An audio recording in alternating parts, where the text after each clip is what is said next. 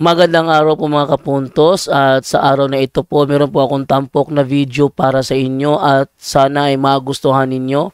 Kaya sa mga bago pa po sa aming channel, please po don't forget to hit the subscribe button at ang notification bell para maging notified kayo sa bawat video na ilalabas ko sa channel na ito. At bilang kahilingan po ng punto por punto team at naway maintindihan po ninyo, sana po wag nyo pong i-skip yung mga ads sa aming mga video.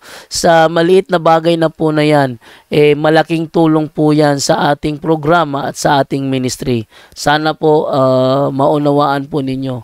Maraming salamat po, kaya wag na po natin patagalin. Simulan na po natin.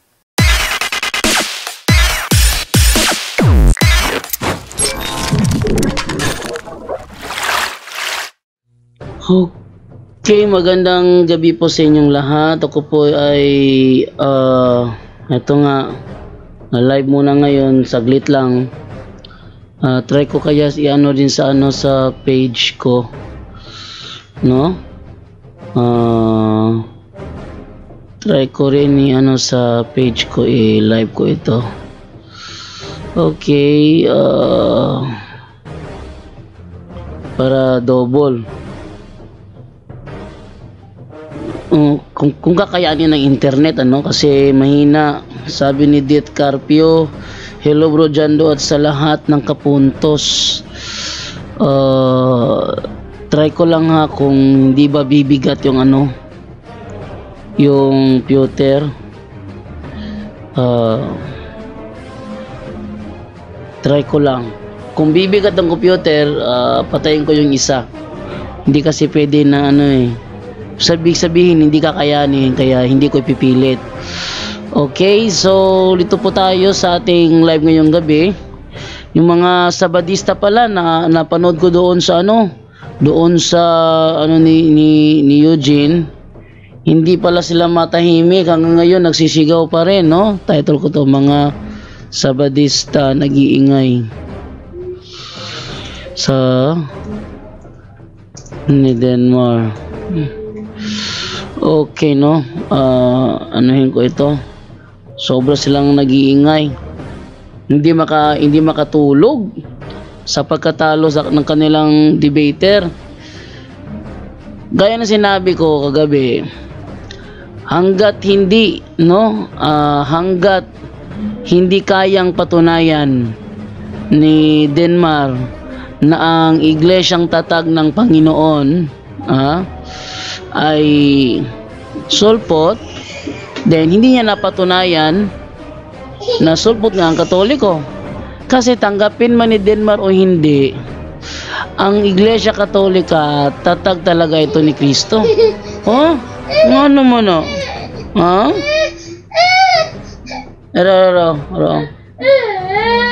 What? This one? Asa man? Yay ng pit. Yay among pit. Be. Nayay among pit. Di lagi ka di mayayay. Kanin mo. Epon. Ito si Divine, si Divine. Minsan biglaan lang tong maglalambing. Hindi ako makaiwas pag naglambing ito. There. Lakaw. Ato na kayo, sit down. Okay, sabi naman dito ni Ruiz Romel, good day bro JD at sa lahat ng mga kapanalig. Watching from Bulacan. Amen. Sabi from Dit Carpio, congrats bro sa debate nyo ni Denmark. Hindi siya Denmark. Wala talaga siya panama sa Katoliko. Alam nyo, yung ginawa ni Denmark kagabi na tama o hindi mali, yung ganong uri ng tanong, si Denmark na panloloko yun yung ganon na tanong na tama o hindi mali. Grabe, kahit na kahit na anong isip ang gawin ko, anong isip ang gawin ko, talagang mali yun eh. Kasi ang testimony niya, kaya siya nagbalik sa Seventh-day Adventist dahil sabi niya nung siya ay nasa Catholic Faith Defender, parang nilalabanan daw niya ang katotohanan. Yun ang sabi ni Denmar nung siya ay nagbigay ng testimony, parang nilalabanan niya. Ba't ito ngayon? Itong katanungan niya, bakit tama ba o hindi mali? Doon pa lang mismo sa tanong, talagang meron ng mali, ano? Copy ko muna yung kanyang server, no, para maano ko rin sa page. May live ko rin sa page. Okay, ano yun natin? Kaya ba? Ayun, kaya nga. Okay. So, hindi sila makapag-ano dun eh. Hindi sila makatakas doon kahit si Denmar mismo. Guilty si Denmar. What? Hey! Don't touch your feet. Oh, don't touch your feet. Don't touch. Yayay na feet. Don't touch your feet. No, so doon sa ginawa ni Denmar na pinalitaw ni Denmar na nasa katotohanan siya. Tingnan niyo ha, pakita ko yung sinasabi sa sa ChatGPT ha. Oh. Tinanong ko yung ChatGPT kasi ini-insist kasi ni Denmar Santiago nangopya doon kay Fernando Camacho at nangopya naman sa ang dating daan na ang tunay na iglesia daw nagsimula daw sa Old Testament. Hindi totoo yun. It's against reality. It is against reality na ang true church, what? Don't touch. Looy man si Divino eh. Oh, don't touch. Don't touch. Don't touch. Oh, don't touch ha. Yan na. Don't touch. Na ano kasi yung paa niya, para bang ano ba daw doon, nasadsad ba, kaya masakit pag nahawakan, ano. Okay, ito naman ngayon ang nangyari. Hindi mapakali si Denmar Santiago. Tingnan niyo ha, pakita ko sinasabi sa sa reality ha, kung totoo ba na ang Iglesyang Tatag ni Cristo ay nagsimula ba sa Lumang Tipan.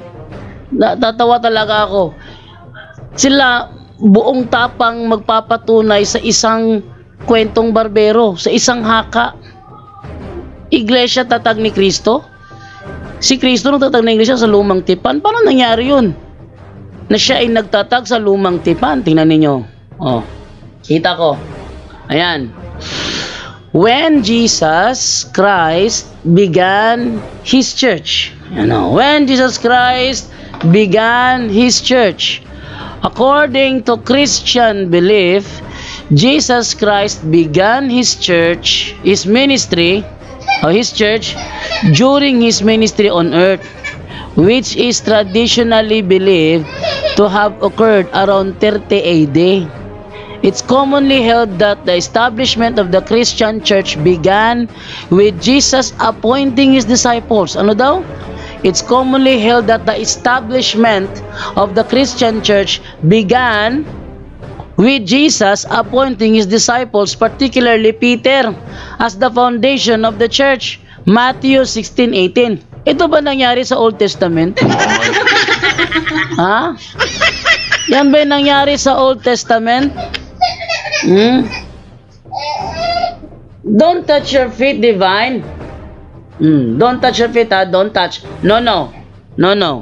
O ngayon, sabi dito, after His death, resurrection, and ascension, the disciples, empowered by the Holy Spirit, began spreading the teachings of Jesus and establishing Christian communities, thus laying the groundwork for what would become the Christian church. Kung paano managinip ang mga Sabadista? si Kristo nagtatag ng iglesia nagsimula sa Old Testament. Paano nangyari yun? Hindi pwede na magtatag siya ng ng church doon sa Old Testament. Bakit? Kasi hindi pa siya nagkatawang tao. Paano mo tatatag ng iglesia? Ha? Paano magtatatag ng iglesia si Kristo sa Old Testament? Hindi pa siya naging tao noon. Yung panaginip nitong mga Sabadista, ewan ko na lang sa inyo, hay nako. O ngayon, tuloy natin. Totoo ba? Totoo ba ng iglesyang tinatag ni Kristo? Nagsimula kasi ginamit ni Denmar Santiago, gawa 7:38. Iglesia sa ilang. Kuhang-kuha ang pagsisinungaling kahapon. Tinanong ko siya, mababasa ba sa gawa 7:38 na ang iglesia sa ilang tinatag ni Kristo? Sabi niya kahapon, mababasa! Mababasa daw. Anong ginawa ko? Pinabasa ko sa moderator. Nang binasa ng moderator, wala doon yung tatag ni Kristo. Tinanong ko sa Denmar, bakit hindi nabasa ng moderator? Ang sabi ni Denmar, ako ang tanungin mo. Ikaw nga tinatanong ko bakit hindi nabasa ng moderator? Kung totoong sinasabi mo na nasa gawa 7:38 si Kristo nagtatag ng iglesia, bakit hindi nabasa ng moderator? Yun ang tanong ko. Kasi kung totoo talaga na meron doon, dapat sana nabasa ng moderator. Hindi nabasa ng moderator Sabi niya, ako ang tanungin mo, ako ang tanungin mo. Alam ko na kasi nagsisinungaling ka. Ayan, nagbalik sa Seventh-day Adventist Church para lang magsinungaling. Nagbalik sa Seventh-day Adventist Church para lang magsinungaling. Ang tanong niya, tama o hindi mali?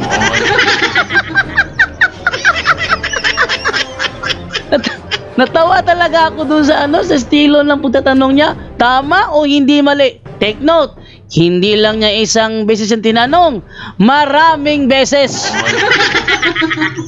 Kaya pala ang mukong na si Denmar Santiago, pilit niya gawing 2 beses lang, pwede gamitin ng 10 seconds kasi nakahanda yung kanyang tanong na tama o hindi mali. Ha? Sabadista, yan ba ang tinuro nyo kay Denmar, tama o hindi mali?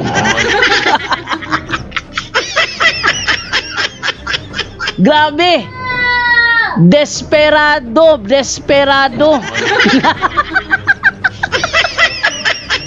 Desperado masyado si Denmar. No? Tingnan mo Nung presentation niya, tinanong ko siya about doon sa ChatGPT. Ang reklamo niya, objection moderator, hindi ko yan presenta. Nang ako na ang nagpresenta, tinanong niya ako, ikaw ba ay mabuting Katoliko? Ano yon? Part sa presentation ko, ang dami niyang tinanong sa negative stand ko na hindi ko naman presenta. Ha?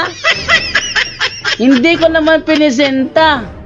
Tapos, anong ginawa niya? Ha? Nung siya sa kanya ko ginamit, nagreklamo siya. Tapos ginagamit niya sa akin, Denmar Santiago, ganyan ka nakadesperado? Pero bago natapos ang kahapon, ang uwian, kasi meron pa kasing mga huling mensahe. Hinamon ko si Denmar Santiago, tindigan mo yung sinabi mo ngayon lang. Kasi narinig ko ilang minuto lang nang sabihin niya na ang Seventh-day Adventist daw ang nalabi sa iglesia sa ilang. Sabi sa kanya, tindigan mo yan. Talakayin natin yan. Aba, may nakialam si Rocky. Ha? Si Rocky loves Emily. Rocky loves Emily. Biglang nakialam itong si Rocky. Sabi ni Rocky, Jando, ikaw ang naghamon. Kami ang gagawa ng tema, lelang nyo. Mga duwag talaga kayo. Ha? Mga duwag talaga kayo. Ang hilig nyo maglabas ng salita na kapag sisingilin na kayo, sasabihin nyo, kayo ang gagawa ng paksa, mga duwag kayo. Ha? Mga sabadistang ito, ang hilig maglabas ng wika, ng salita, pag sisingilin, kami ang gagawa ng tema. Ay, nako. Ay, nako. So, nasasabi ko talaga na wala. Pinakita sa akin ni Denmar Santiago ang kanyang binalikan na kasinungalingan. Kaya sa debate namin, puro kasinungalingan. Ha? Tinanong ko ba naman siya, mababasa ba? Sabi niya, mababasa. Sigurado ka? Sigurado. Ba't din nabasa ng moderator? Nagreklamo. Moderator objection. Ako ang tanungin niya.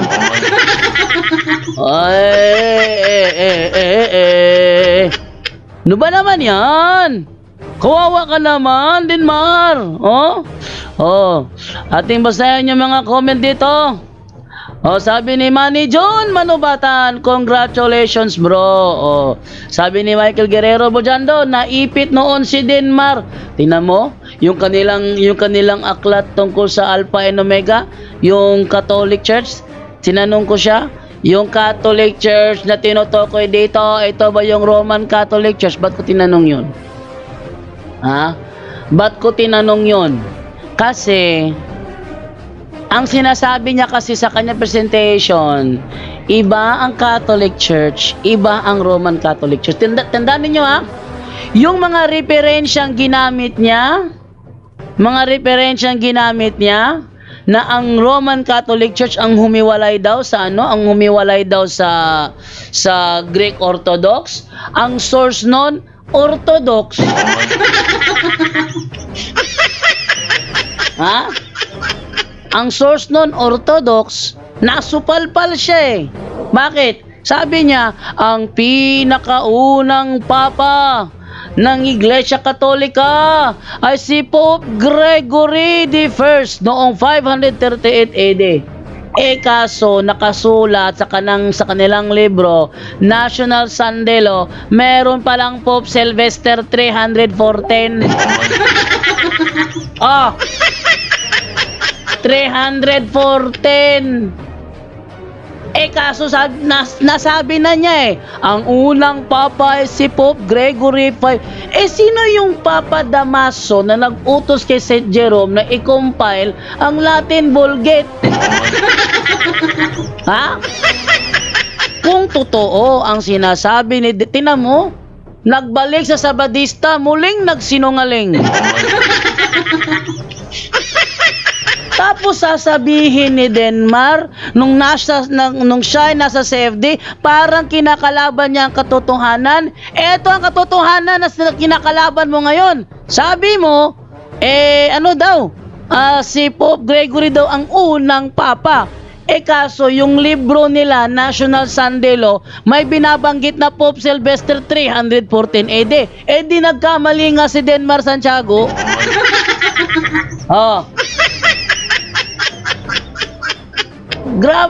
Grabe ka Abnoy yung sinabi niya na tama o hindi mali.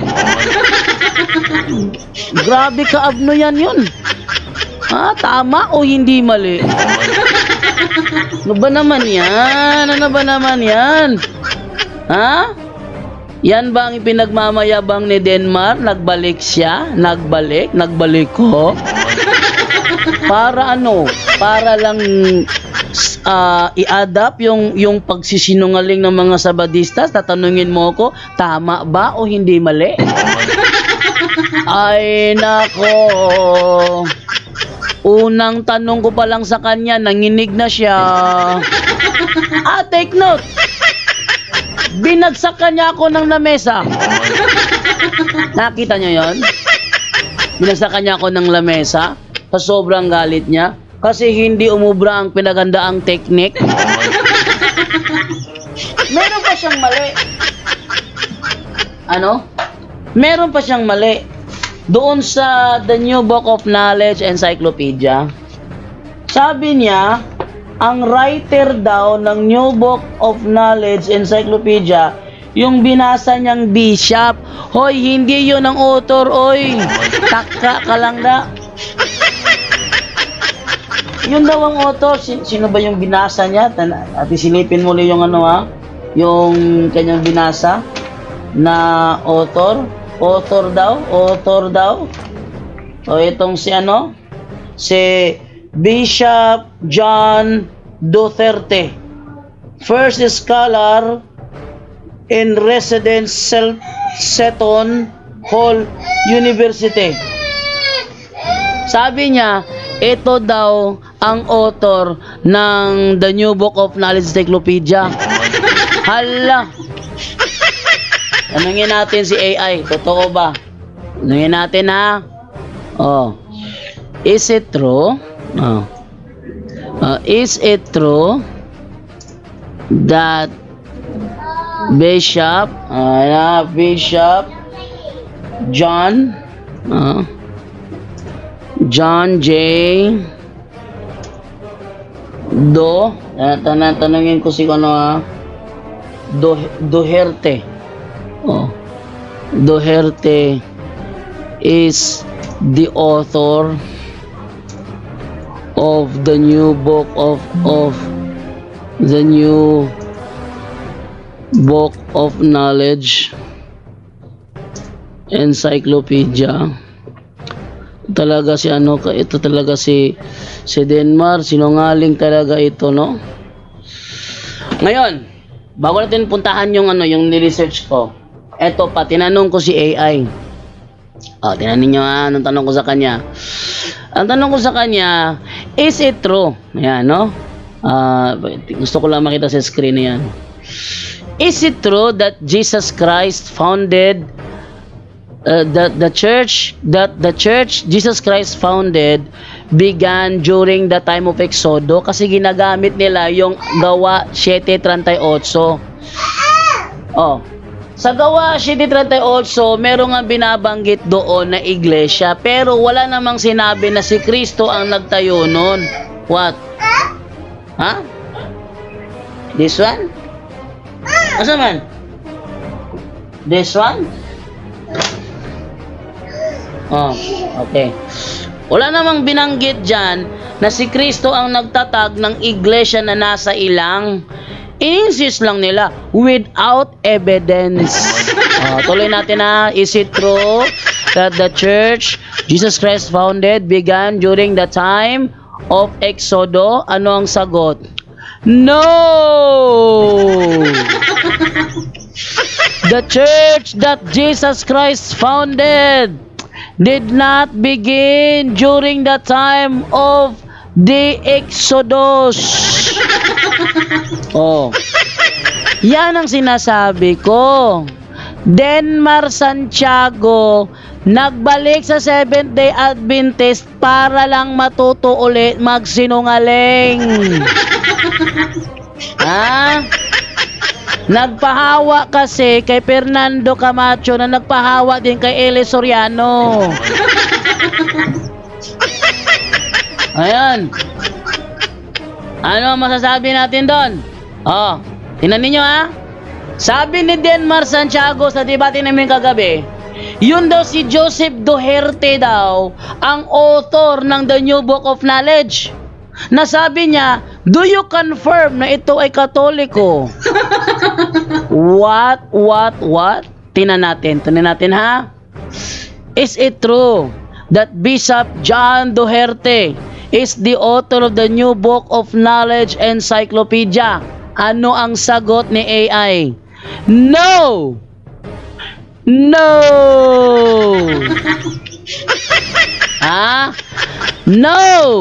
Bishop John J. Duterte is not the author of the New Book of Knowledge Encyclopedia. Yan ay isang palatandaan na si Denmar Santiago bumalik sa Sabadista para muling magsinungaling.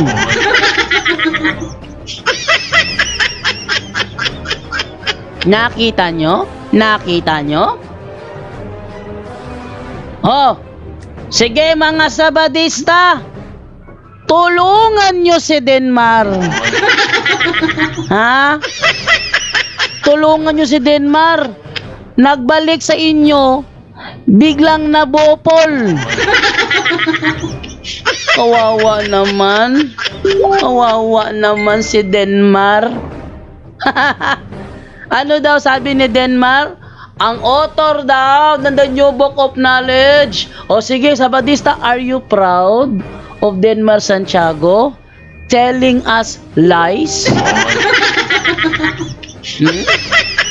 Telling us lies? May diferensya, no?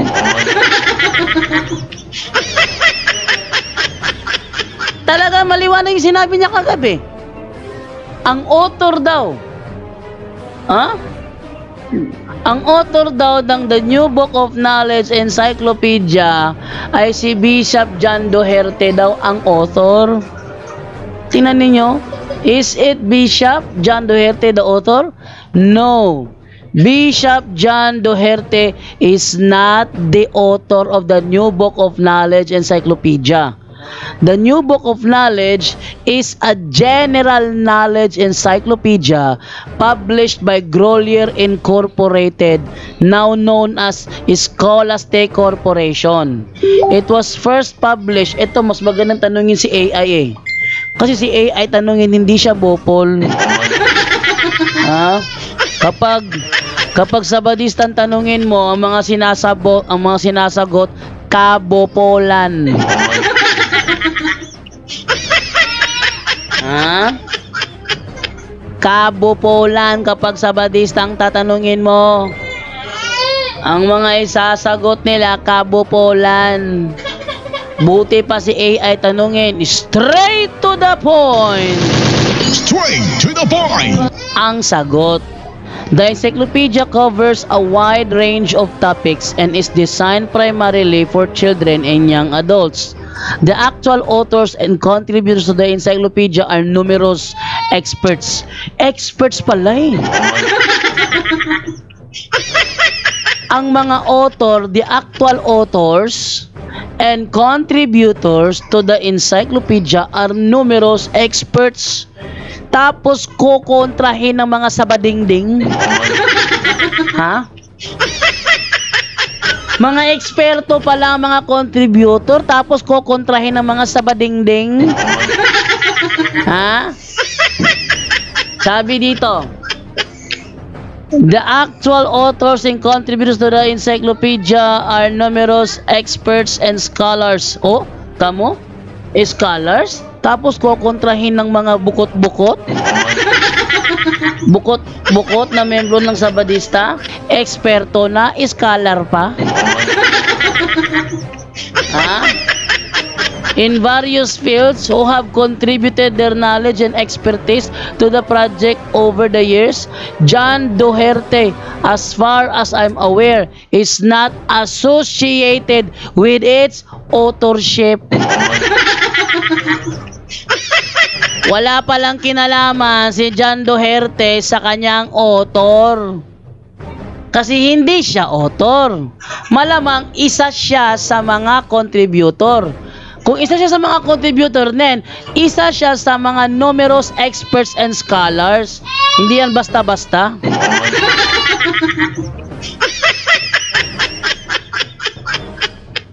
Okay. So, yan ay mga ebidensya ko na itong si Denmar Santiago nagbalik ng Sabadista para lang magsinungaling. O, ipaalam nyo yan kay Denmar ha. Ako ang nagsasabi mismo. Si Denmar Santiago bumalik sa Sabadista para lang magsinungaling. Okay. Sabi dito ni sabi ni Jesse Bootleg, kamabaw ni mo og utok, bro Jando, dahil matagal na nang exist noon pang panahon pa sa matandang tipan. Kung tama yung sinasabi niyo matagal na nag-exist, bakit hindi alam ng AI? Ha? Every branch of knowledge naka-store na yan sa mga AIs ngayon. At walang AI nagsasabi na ang church founded by Christ nagsimula sa lumang tipan. Yan ay kasinungalingan. Sa Biblia, mababasa ba? No. Sa referensya, mababasa ba? Wala rin. Saan mo mababasa? Read between the lines. Oh. Kaya nung hanapan ko si Denmar Santiago, sasabihin ni Denmar Santiago, read between the lines. Ayan. Ulitin ko ha. Hindi yan mababasa sa Bible. Hindi rin mababasa sa referensya. Saan daw mababasa? Sa read between the lines. Wait lang.